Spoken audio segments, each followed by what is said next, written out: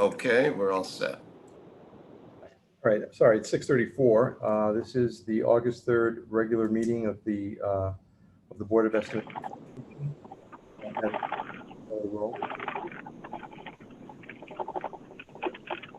Mayor Rilling, Mr. Abrams,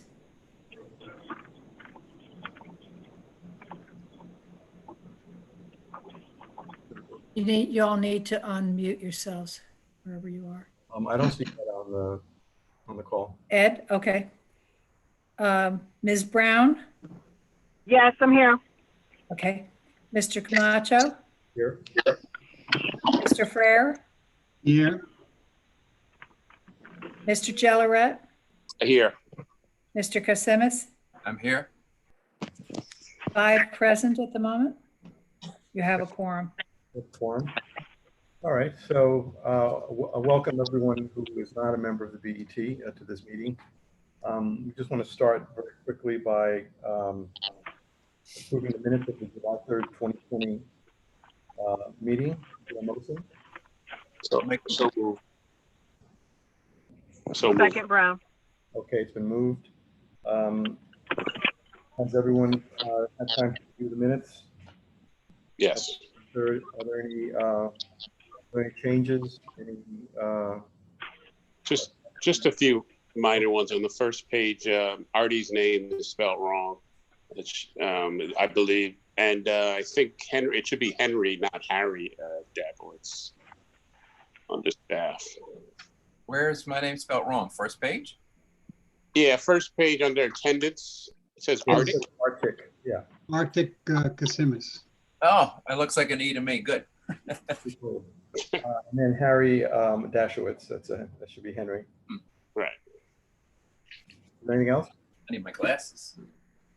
And my name is not there. Wasn't I at that meeting? I was at the meeting, right? I'm not noted there in the attendance.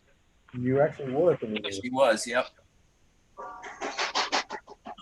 So we'll add third on to the meeting. Ed, I'm having trouble hearing you. I'm sorry, me? Yeah, maybe Okay. a little closer. We're going to add Sherry Brown to the as an attendee meeting, and we're going to collect Emily's name as well as Artie's name on the page of the minute. Is there anything else? All right, is there a motion to approve the minutes as amended? So moved. Okay, it's been moved. All in favor? Aye. Aye. Opposed? Abstentions? The motion carries. The minutes are approved. Next item on the agenda, there's a special, there is no special appropriation on the agenda. So we move to item number 3, the transfer agenda, section B. That's on page 7 of our packet. And this is a transfer involving a public. Oh, do you have to make a motion first? I'll move for discussion. I'll make a motion for discussion. Okay, move for discussion. Ms. Fogel? Both of these transfers deal with contract amounts that are higher than was expected when the budget process started. And there are no negative balances or shortfalls at this point, but I thought cleaning these up now would be better than waiting until the end when they do go negative. Okay. Is there any discussion on that? Any questions? Okay. All in favor of the transfers, section B, from contingency to recycling, the first transfer, and from contingency to security systems, the second. All in favor? Aye. Aye. Opposed? Abstentions? The motion carries. The transfer items are approved. Thank you. I believe there is Thank you. Sure. I believe there's a second item. Is there something involving the public library?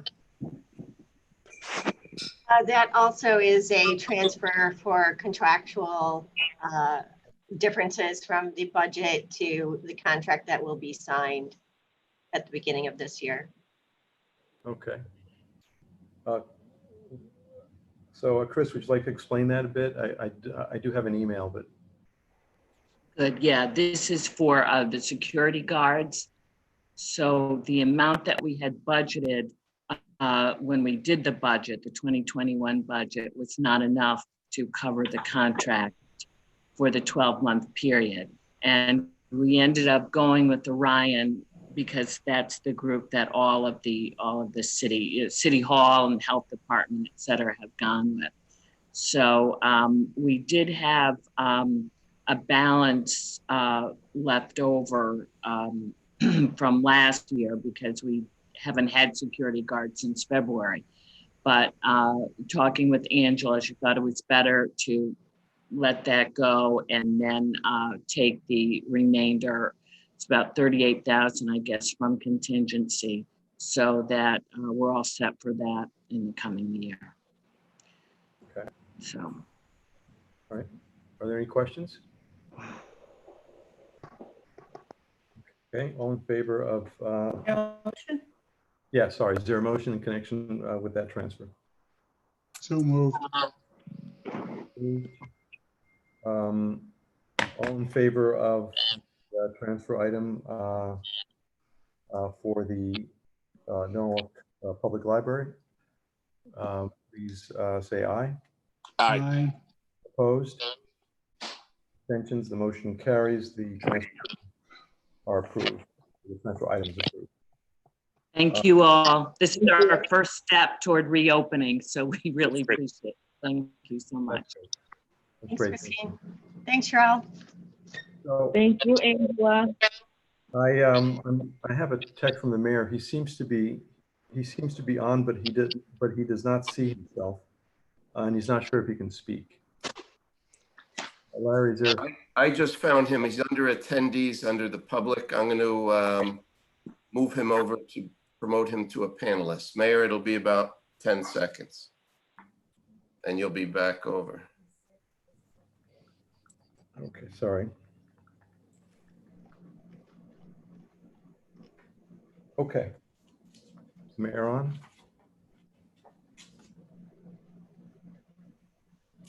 Yes. Yep, Okay, great. I don't need it. So the next item on the agenda is other business. And we have, as well as Norwalk Public Hills is on page 10. So maybe we can begin with Oak Hill.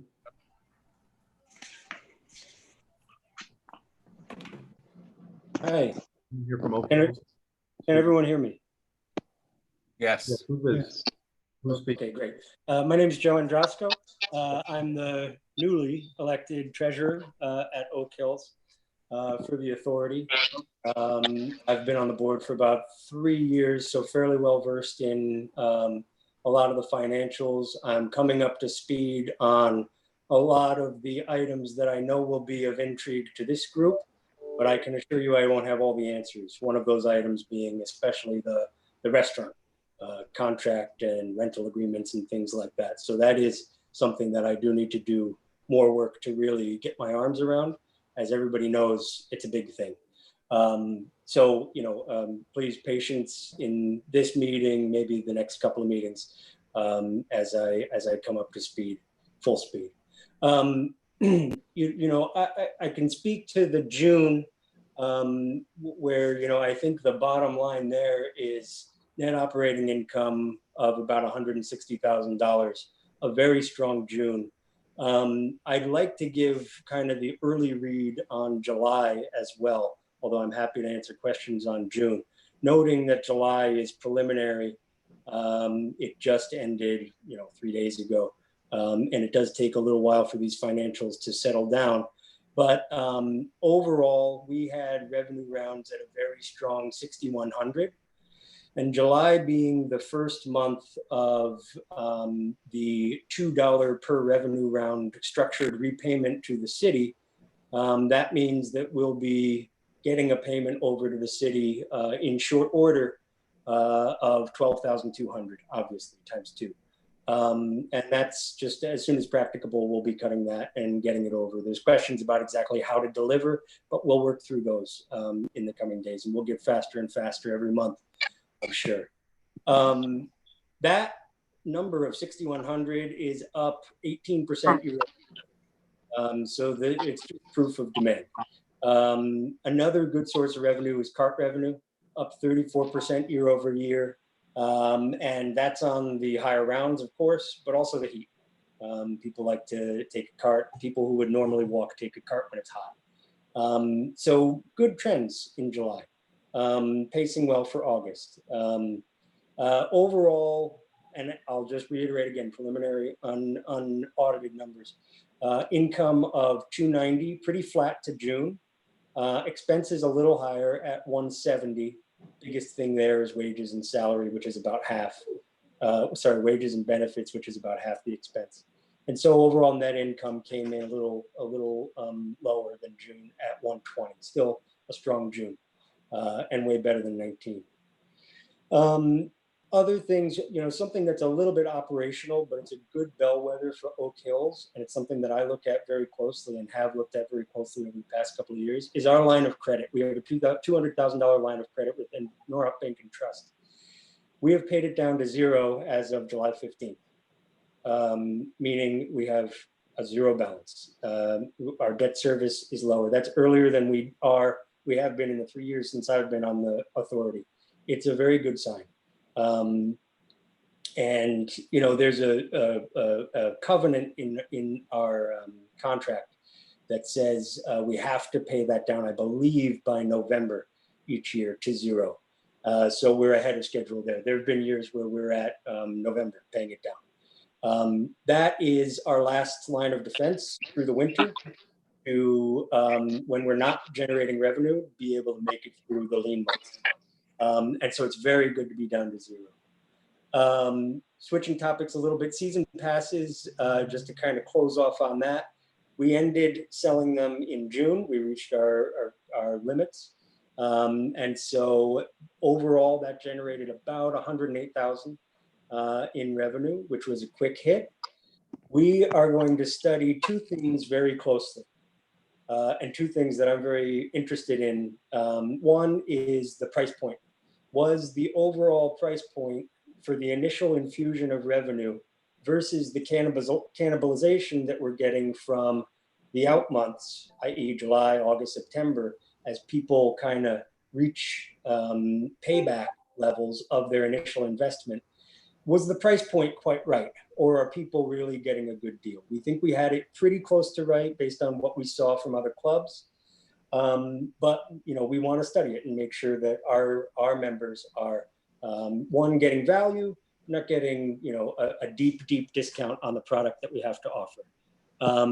And then the other thing that I want to study very closely is whether we're pushing this into more of a exclusive membership club, which is not its intention. We want this to be accessible to all of Norwalk, and we want to make sure that people can get tee times, that people aren't locked out from prices, who can't make an initial $2,000, $3,000 investment. So these are the 2 things that are going to be on my mind. We expect to have that when rounds really start to wind down around November. We'll start looking at it in October, but we really need to see the full summer of rounds go through. So November would be the ETA for that. And then our budget, I'm not going to varnish this, we are late on our budget. It's due July 1st. And there were a couple of nuances, especially COVID, that made us late on that. We are going to vote, we're kind of fast tracking it, and we're going to vote on our August 20th meeting and to deliver it to the city shortly thereafter. Assumptions are still coming together, but generally my approach is going to be a little bit conservative on rounds projections and revenue projections, and really just cost conscious on expenses. So looking at what we did in prior year, averages of prior years, and making sure that we're making specific considerations for the 2021 fiscal year. And especially noting that there is vast uncertainty in how rounds and how people will react to golf during flu season, as it starts ramping up in September, during back to school, and just in general around COVID. Overall goals, just to really maintain our current course conditions, build up a capital reserve and reduce our overall reliance on that line of credit, meet all of our obligations, including to the city, of course. I think, yeah, those are the three goals that we want to attain with this budget. Naturally, we also are going to be net income positive in the budget, but very realistic based on the assumptions that I've already kind of highlighted, very high level. So that's the update that I wanted to go through. I'm happy to take questions. I may be taking questions back, and I apologize for that, my newness, but we'll get back to any questions that I can't answer in short order, I promise. Well, I can say that's the most thorough, positive report that we've received from the Oak Hills Authority in quite some time, at least since I've been on the BET. It all sounds like pretty good news, and it sounds like you're looking at all the right things. Are there any comments or questions from the BET concerning that? I was going to say the same thing, Ed. The report is one of the most positive ones I've heard in quite some time. It seems as if you're kind of on the right track and moving forward. We look forward to hearing your year-end report and seeing how we're paying down the debt, seeing how the restaurant's running, and so forth. So thank you. I think that was a comprehensive report, and even though you're new, it was well done. Thank you. Yeah, I'd like to jump in on that too. I think that when you started to say you were brand new and didn't know too much about what was going on and just getting used to what was happening there, I got a little apprehensive. But once you started going through and even though you didn't get into a lot of deeply into the numbers, from what you said, I see a good feeling that things are going in the right direction. The only other quick question I had for you is, where do you see the weakness, or where do you see some of the? Do you see any pitfalls that we should be leery of in the next couple of months? No, not in the next couple of months. I mean, I think the greatest concern that I have is a turn in demand driven by flu season beginning. But our rounds have been solidly 20% above prior year, and that's after our pretty full reopen. So we're comping really similar product to really similar product for over a year now, and we're above. The demand is there, and Norwalk wants to golf. It's a great sign. But as you know, there's a return to flu season plus COVID. If people do start kind of domiciling, resting in place, that could be the greatest threat that we have. Well, good luck. I really appreciate your comments tonight. To all of us, thank you. Let's hope we have a mild hurricane season. Mm-hmm. Hopefully one day. Actually, is coming up the coast. Yeah. Actually, there is one tree I'd like to see go down, though. Ed, real quick, this is Troy. Thank you for that update. That was good. Obviously, my questions were going to be on the restaurant. I was there today. The food is great. We'd like to see how that's progressing. Obviously, the loan repayment. And you had 75, you sold 75 unlimited, right? Is that the number for the plan? And 25 out of town? I believe that's right. Yeah, we kind of ended up at about 100 overall, yes. Yeah, you really, I'm curious to see how you guys approach that for next year, because obviously people are trying to get their money's worth, and that's why you cannot get a tea time in that place right now if you're not for the every day, which is a good thing. But people are obviously using their unlimited value. And the other thing, the course is in great shape, and I'd like to give credit to Brian, Jim, and Paul, the general manager, the professional, and also the greenskeeper. The place is in great shape. So, and I'm looking forward to seeing how you handle the unlimited plans for next year. Yep. Thank you. I'll forward that message. All right. Well, thank you, Joe. You actually had us at we're going to begin to pay back the city at $12,000 a pop for 2 months. That's, essentially all you have to say for purposes of the report, but you said more than that, which is great. Got it. For next time.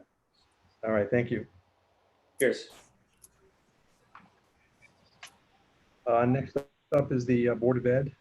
We have our new superintendent, Dr. Estrella, with us.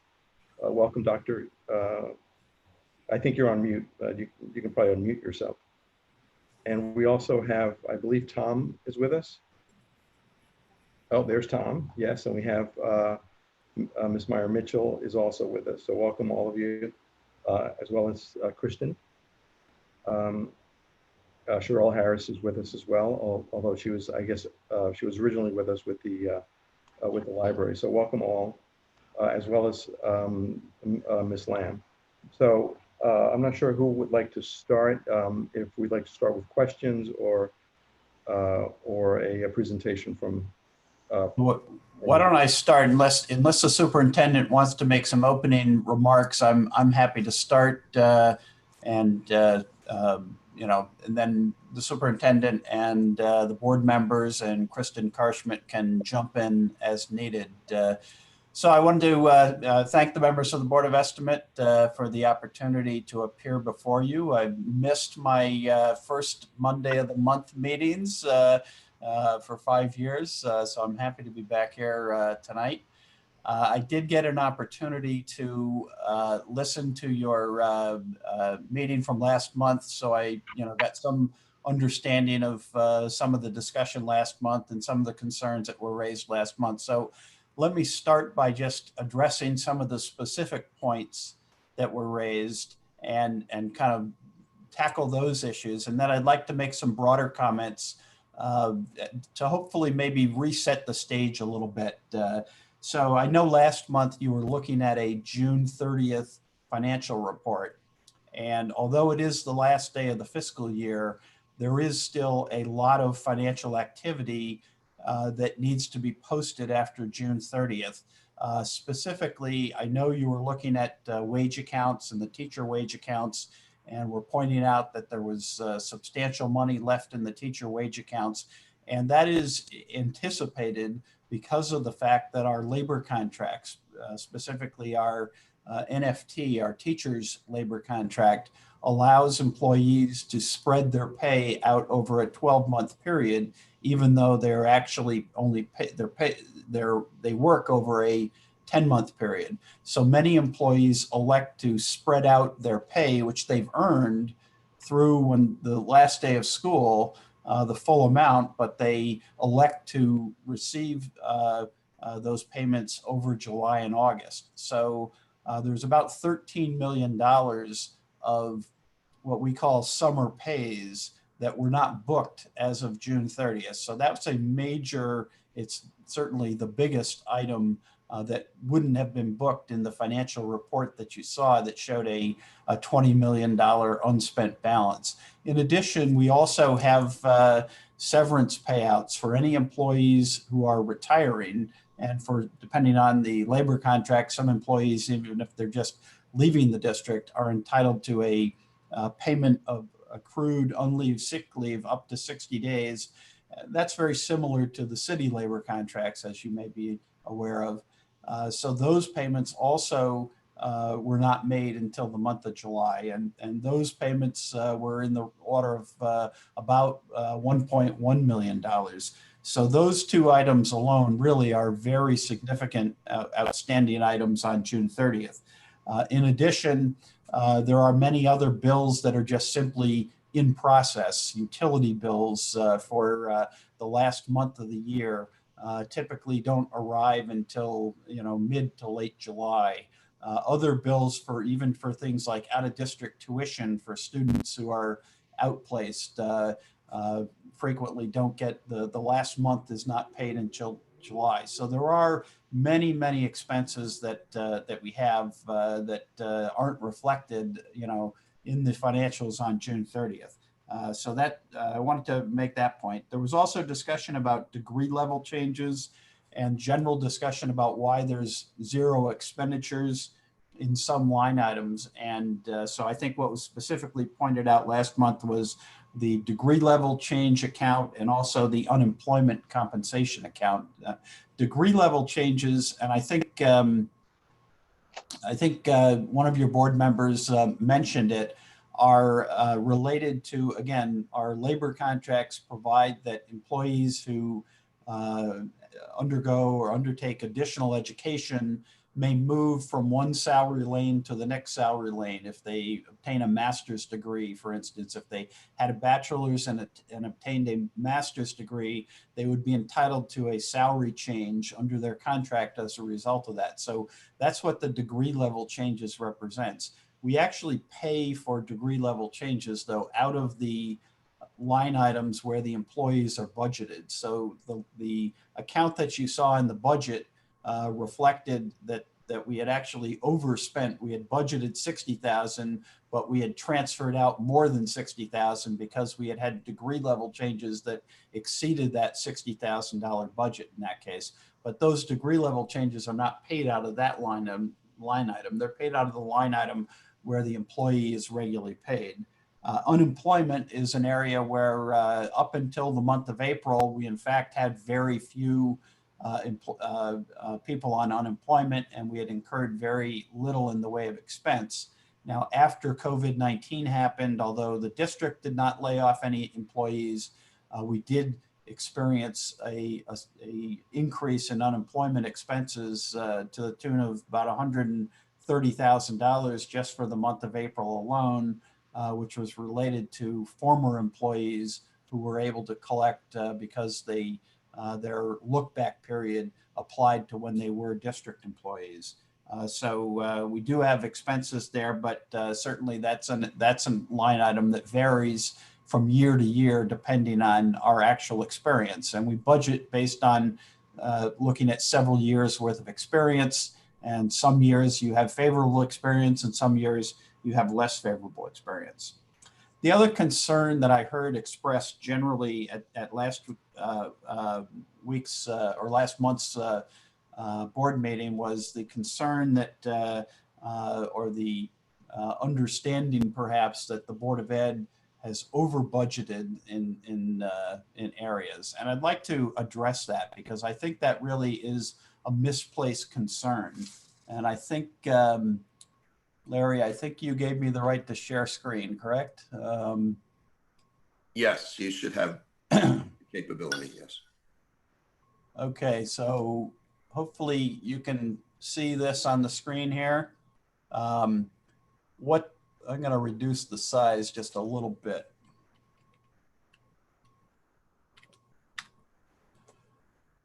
So what this is from last year's audit report, and this is a schedule of budget to actual expense. And the first page is revenues, and the next few pages are expenses both for the city and Board of Education. So just a couple things I want to point out, and I point these out to really make the case that the budget, quote, surplus that you see on the Board of Education side is in fact, in my opinion, a very modest and appropriate surplus for an organization of our size to be ending the fiscal year with. And what I've done here is looked at the city and said, well, what are the city results?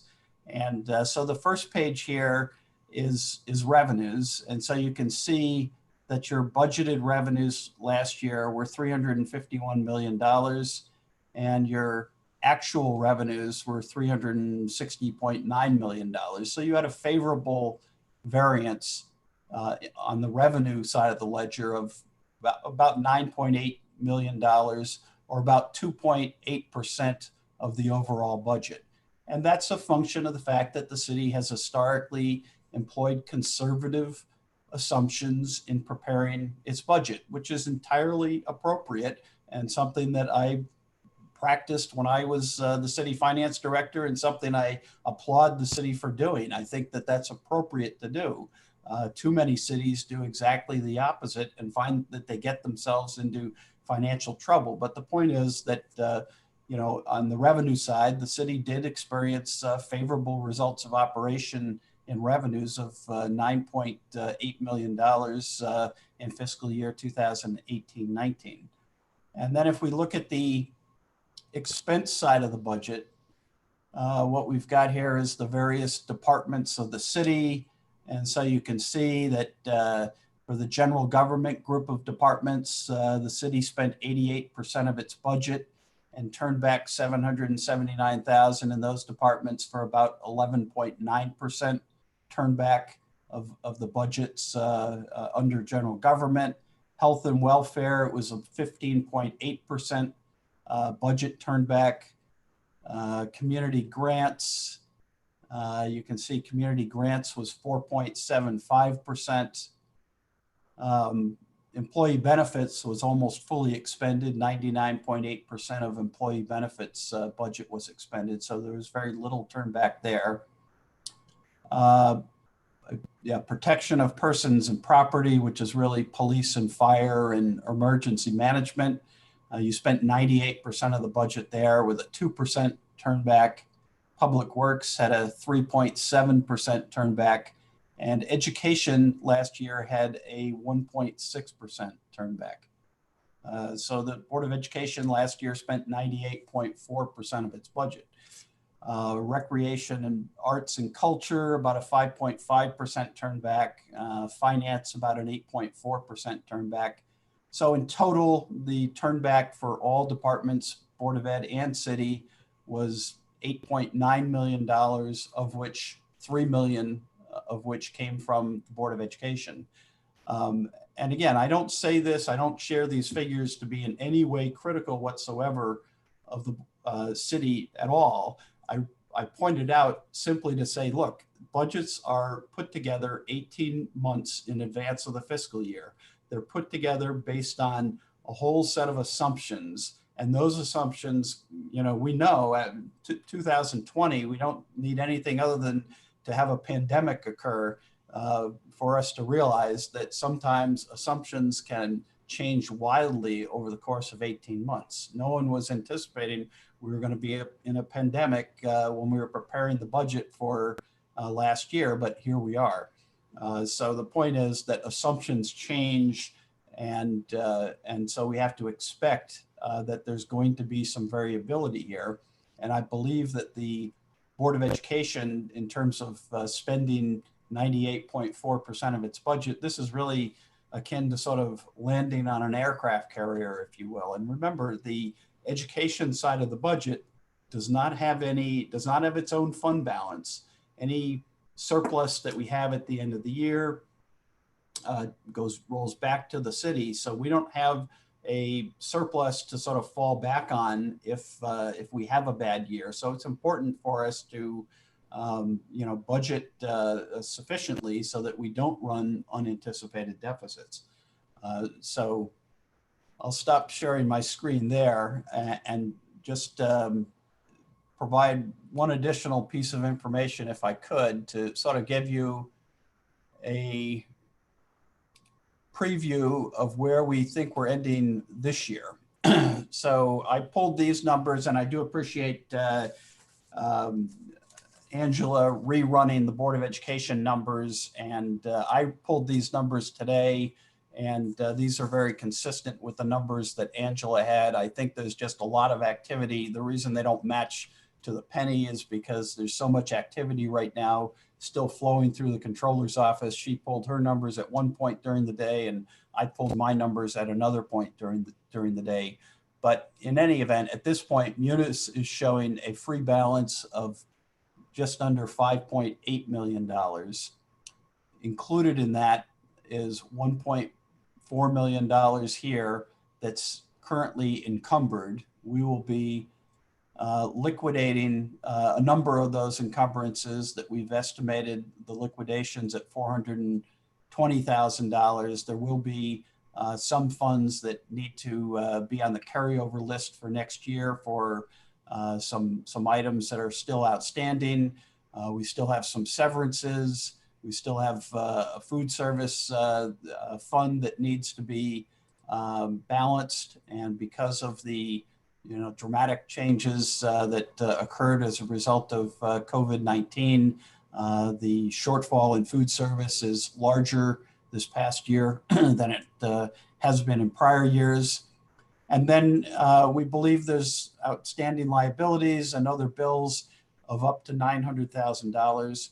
It may very well be less than that. I'm trying to be as conservative as I can here. It may be closer to 500,000, but at this point I'm carrying 900,000, and sometime in the next 2 weeks we will get everything paid and get this finalized. But that would suggest that we're at about a projected available balance of about $4.3 million, which is about 2.1% of our budget. And again, I think that 2.1% number, in light of all of the changes that have occurred during this COVID-19 situation, is quite reasonable and will compare favorably, I suspect, with any kind of projections coming out of the city. I've included in here the expectation that we would plan to repay the city the $1 million for the English language learners special appropriation that you'll recall from earlier in the year. And then I think you're aware of the fact that our board has requested that the Board of Estimate and Taxation, when the numbers are finalized and we can say with certainty that the funds are available, that the city return $1.5 million to the Board of Education pursuant to the state law 10-248A that allows boards of education to request carryover of prior year surpluses of up to, right now the law says up to 2%. That would then still leave an additional $1.7 million that's available. And one of the things, Tom, if I can interject that, out of that $1.7 million that eventually we will want the BET and the mayor to keep into consideration is the added cost that COVID will have us dealing with in the new academic school year. So one of the things that we would hope that is considered is maybe allowing us to roll over some of those additional funds to address some of those added expenditures that we will have to deal with in the new academic year that we didn't account for within the 1.5 million. Yeah, so that pretty well concludes the points I wanted to make. I don't know if either of our board members wanted to make any other comments, or obviously if there's any questions, we're happy to answer those. I think I'll wait and see which way the questions go. Barbara, we couldn't understand you. Yeah, Barbara, we couldn't understand what you said. Oh, I'm sorry. I just said I'll wait and see which way the questions trend, and then we can manage them if we need to. Mr. Chairman, Tom and Mr. Hamilton, thank you for that comprehensive report. Tonight seems to be a night of relatively good news, so it was a good report, and we're encouraged with the amount of money that's left over. Thank you for the agreement to pay back the $1 million for the English language learners that we fronted. I think I mentioned quite some time ago, I don't know if the governor or the Department of Administrative Services or anybody is going to allow the carryover of more than 1% of the budget. And I mentioned that quite some time ago, and perhaps that's something that we could explore, because I do know there will be some challenges. There will, Dr. Estrella and I have been meeting on a regular basis and talking on a regular basis. And I see that there's a spirit of cooperation and understanding and trying to work together, because we know there are going to be some significant challenges that we haven't been able to truly anticipate. So Again, I thought your report was well done. I'm encouraged by the amount of money that you have left over. And I'm sure that working together, we can probably come up with some creative solutions to continue moving forward and providing that level of education that we know we have to provide for our children. And again, not knowing what's coming in the next several months. I mean, there's so many unknowns that I think we need to be prepared for it and be willing to sit down and have these discussions more frequently than not, sitting down, having perhaps a presentation on a monthly basis. Mr. Hamilton, you said you missed your Monday night meetings. Well, you're welcome to come anytime you want. And, you know, and I know the Board of Estimate and Taxation understands the challenges that the Board of Education is facing and the Norwalk Public Schools are facing. So again, I'm encouraged and thank you. It's great to hear, Mr. Mayor. And it's so funny, I had just said to Tom that perhaps we should add these meetings to our regular calendar for exactly that purpose, so that we can bring you up-to-date information as things are changing so quickly. I do want to just note, I believe the state statute now allows for 2% rollover as opposed to 1%. I think it changed, what, 2-3 years ago, Tom? Yeah, I think that's correct. So my understanding is it does allow up to 2% now. So we would not need the governor's help getting to 2%, but if we wanted in some way to go higher than that, we would. Mr. Chairman, Ed, this is Troy. I just have a couple of quick comments. First of all, on behalf of the BET, I'd like to welcome our new superintendent. This is the first time we've met her online, and I wish you all the best in your time here in Norwalk. A couple of quick questions. One is, any update on the new Norwalk High School? I know the state has not been in session. Curious with that. And the reimbursements from the state and the federal government. And then how does it look on the ESL side for the coming term in September? Just curious, preliminary numbers there. Boy, those are all big, meaty issues. I'm not sure who the last I heard, and maybe Dr. Estrella or Ms. Meyer-Mitchell have more information, but the last I had heard was that we were waiting for the state legislature to come back into some sort of special session, and that when they did so, there was some expectation that there might be some movement on Norwalk High School at that point. But again, that information, you know, I think actually it was Alan Lowe that mentioned that to me. So, you know, it may be that someone else has more up-to-date information, but I think that's the status, unless somebody knows otherwise.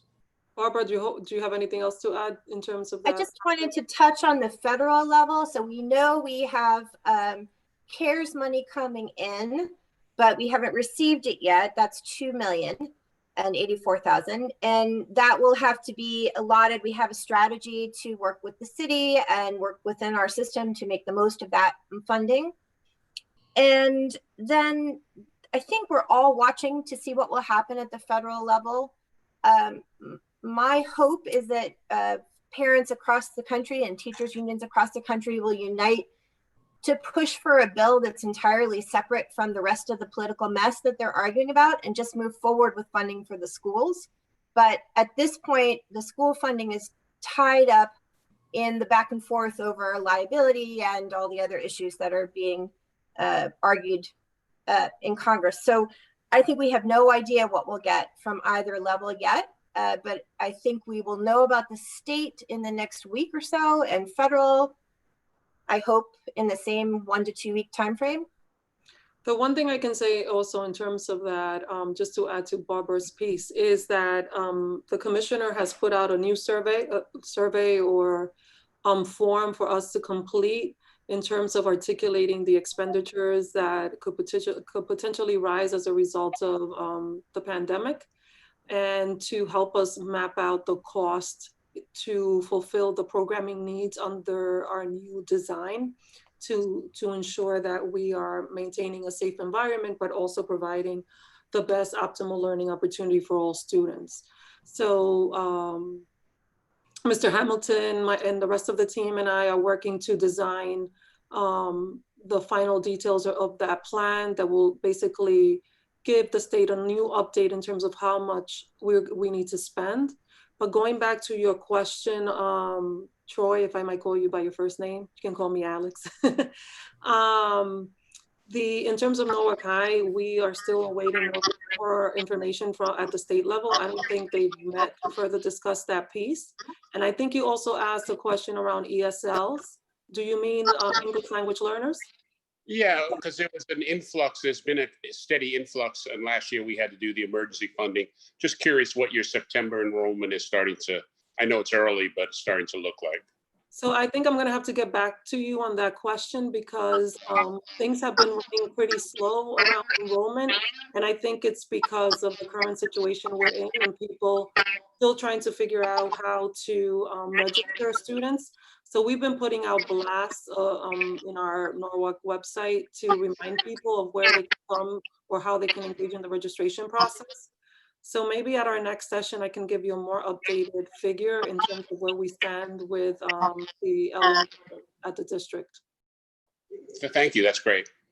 My understanding, Troy, on a macro level is that in general, immigration is at a standstill. So it would only be people who are coming from other parts of the US. For instance, we are getting a lot of people from New York to our area. So we'll have to keep an eye on that for sure. Okay. Is there anything else? Any other questions, comments? Well, I can only say that we love having this opportunity to speak with you, and you can also email us questions. We're happy, not to wait till a month has passed by but to submit your answers. Always acknowledging the board's elected duty to provide oversight for our own budget on a line item basis, and our relationship with the BET is so that you can understand the goals we have and how we're trying to fund them, and we can work together as partners to do that. Okay. So just in closing, I just wanted to thank everybody for welcoming me to the first meeting, and I look forward to engaging in many more. I'm also in conversation with the mayor as well as Common Council for us to potentially have ongoing conversations around the BOE's budget and where we are and how things are transitioning so that we don't have to wait till January to have in-depth conversations of where things are, how things are progressing. So I hope that we can partner in that way even beyond this monthly meeting, so that we can have transparent and open conversations around some of the potential shifts that might happen based on need and how things are progressing over time. So I just wanted to close out with that because I think it's going to be really important, especially in these times, that we have ongoing dialogue. I appreciate it. I agree. I know we've provided a 3-year projection sometimes in the past, even starting to hint at it at our July retreat. That's impossible this year, given the number of changes that we're facing day to day, but we will work very hard to be as transparent as possible with you as to where we're headed. I appreciate that. I think the last number of years, not every year, but certainly there have been a couple of years where sort of the relationship seems to have been more adversarial than really is necessary. And I appreciate, Dr. Estrella, your intention to have a continuing dialogue with the city, and Mr. Mayor has been advocating that for quite some time, and I think that will make this process a lot smoother with less misunderstandings, which I believe is what marked many of the last couple of years. It's been really more a question of misunderstanding that came from really a lack of communication. So I appreciate what you've indicated you're prepared to do at this point of going forward. Mr. Mayor, would you like to make any comments? I'm not sure if the mayor can hear me. Yes, I can hear you. Sorry, my volume is down for some reason. I'm on my older computer and it doesn't seem to be working as well as the other one. But yes, and from the moment that I first spoke with Dr. Estrella, it was very, very clear that there was a desire to have a back and forth and a good working relationship and a lot of openness, the transparencies, just so that we can continually stay on top of where we are, because that's how we make our decisions. We make our decisions based on our situation at any given time. And I think that Dr. Estrella and Mr. Hamilton and Kristen and, they'll find that, the Board of Estimate and Taxation is here to be a partner.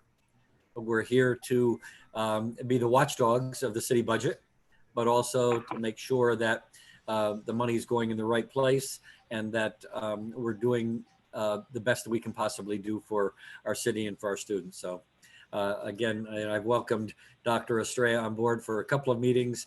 Other times I sat with her today at the graduation ceremony for Norwalk High School. Of course, there were 4 of them today. And I sat about 15 feet away, but we were there together.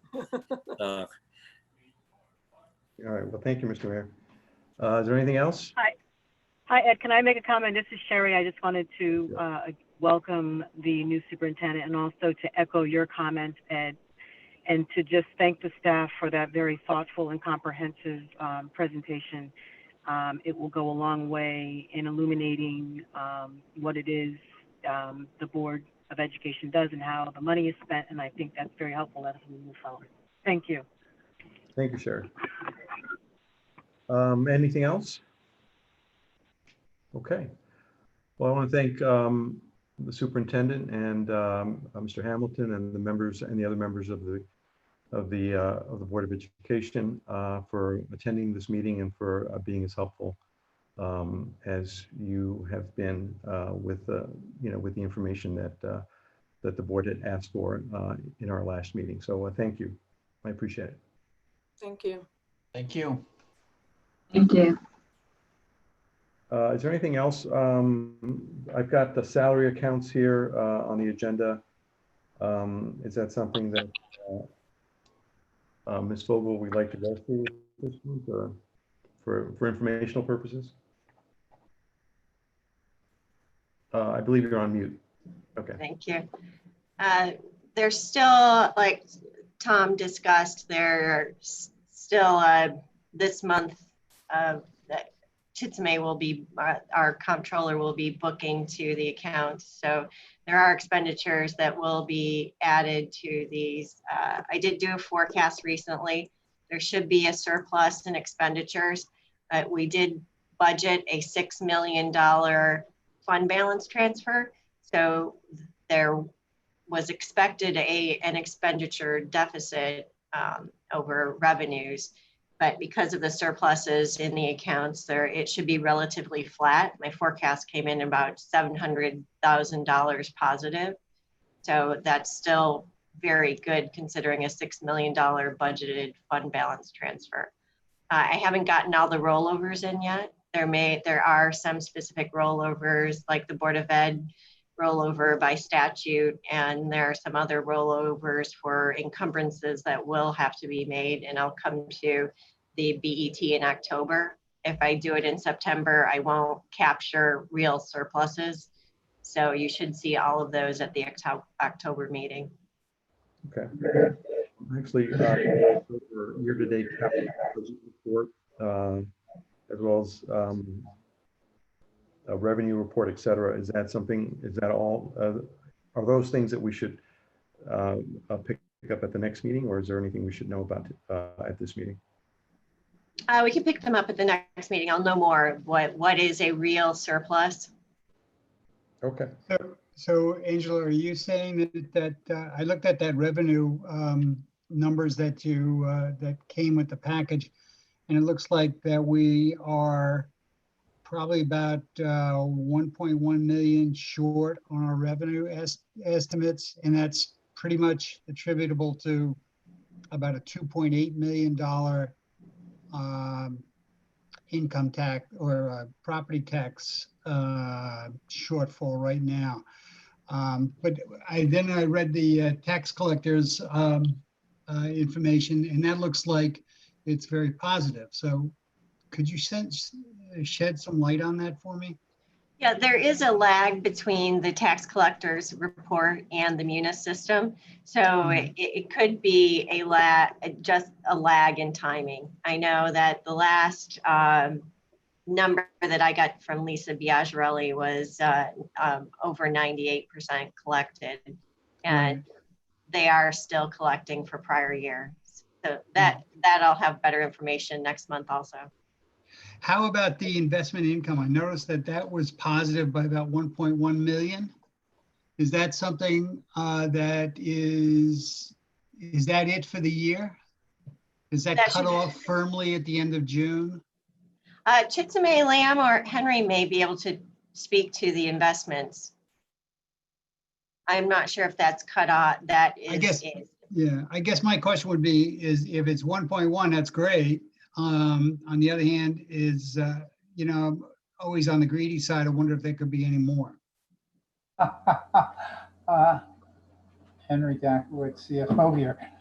James, I think given what we've been through with investments and COVID this year, of course we are restricted in our investments to very conservative investments, but we have worked at lengthening the duration and taking long-term paper earlier. So therefore we were able to capture some of the higher interest rates before they went down.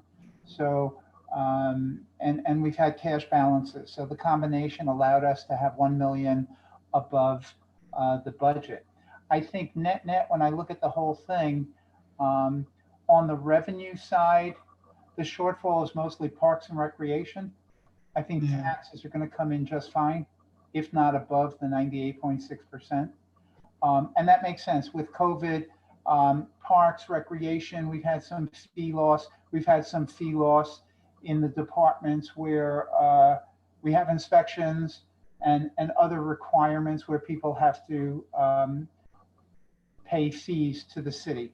And that activity on the housing side has gone down. But for the whole year with a $350 million budget, we're less than $500,000 below budget. That's what our projection is, which I think is pretty good. The key is that the expenses have come in lower, and that the expectation of having to use the drawdown of $6 million will not be there, that we will not have to draw down the $6 million. So although on a P&L accounting basis, it looks like we're $400,000 short, we lose the 6 million as revenue, but it goes back to our balance sheet and we still have it. So it's very different than getting a bill from, it's very different than having a source of income not give us that income. So a way of looking at that is we are 5.6 million ahead of where our budget was planning. 400 short on the revenue side, 6 million positive by not having to draw down that balance. Given what we've gone through with COVID, very, very pleased. It enabled the city to not have to do furloughs or layoffs, which I'm very proud of. I'm just a participant with the mayor, you good folks on the BET and the council. It's the conservative budgeting, it's the good fiscal approach, it's the rainy day fund, it's everything coming together in a crisis. And as part of the budget for next year, we've socked away some monies for unanticipated either revenue shortfalls or higher expenses that we just can't anticipate. And a lot of that depends on COVID, whether we'll be able to reopen. Hopefully, God forbid, we don't have a second wave or bad things happening and the economy starts to recover. So I think financially we're doing okay. That's what my take on it was, but I'm glad you can reassure me that I was correct. As of today, August 3rd. Thank you, Henry. Appreciate that. Is there anything else? You're welcome. I'd like to move that we adjourn. Okay, there's that. Motion to adjourn has been, all in favor? Yeah. All right. Meeting's adjourned. Thank you all. Stay safe. Thank you. Gotta end on a good note. Thanks, everyone. Have a good summer and stay safe. Stay safe. Take care.